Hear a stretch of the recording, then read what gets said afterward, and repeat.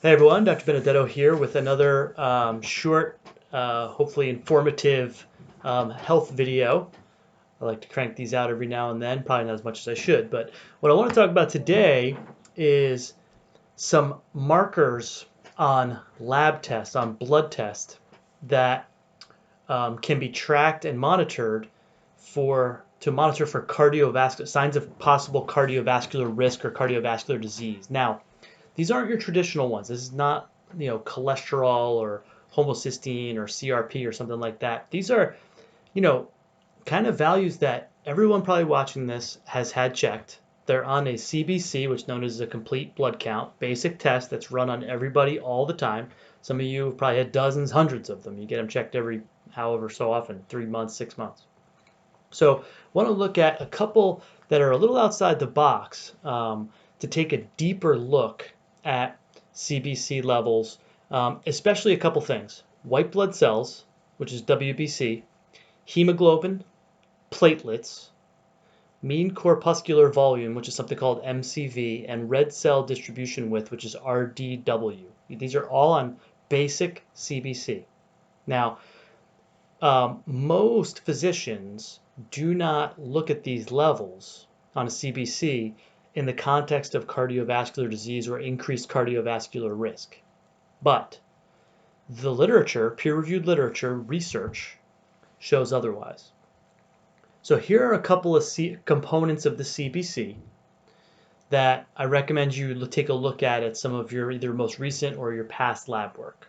Okay, this is what the research has shown us. Okay. And what I'll do is below this video, wherever you're seeing this video on social media or email or whatever, I'll post this information. Okay. WBC, which are white blood cells. Okay. White blood cells above 9,000 increases your risk of heart attack 4 times.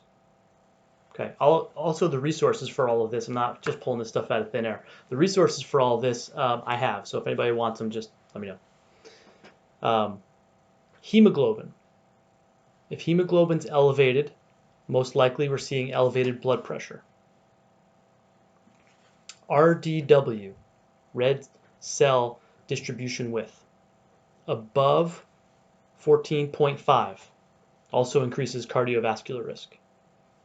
MCV, mean corpuscular volume, okay, it's a red blood cell marker, above 95, 25% higher cardiovascular disease risk.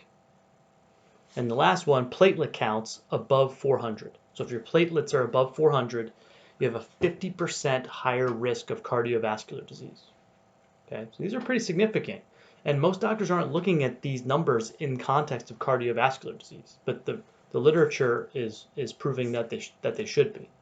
Okay, because they can increase your risk for a bunch of things. Okay, so briefly speaking, what kind of steps can we take to improve cardiovascular risk? Okay, some of these numbers like the RDW, the MCV will go out of range because we have vitamin deficiencies, particularly folate and B12. So we want to see if we have deficiencies in those vitamins. Obviously decreasing inflammation, right?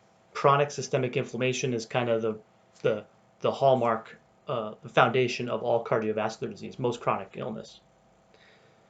Drinking lots of water, right? Hydration, these are important things. Rule out things like infections, chronic infections, things like that. So, we're looking at, again, a small component, but on a very commonly performed test. This test is performed every day, all day, on everybody. You go for blood work, you're getting a CBC, right? Looking for like anemia, stuff like that. But these numbers here, white blood cells, hemoglobin, RDW, MCV, and platelet counts, I urge you, take a different look at some of your labs moving forward, because the research is proving that when these numbers are off, it can increase your risk of heart attack or increase your risk of cardiovascular disease or a cardiovascular event. Okay? You want the references? Let me know. I have them. I'm not making this stuff up. This is all peer-reviewed.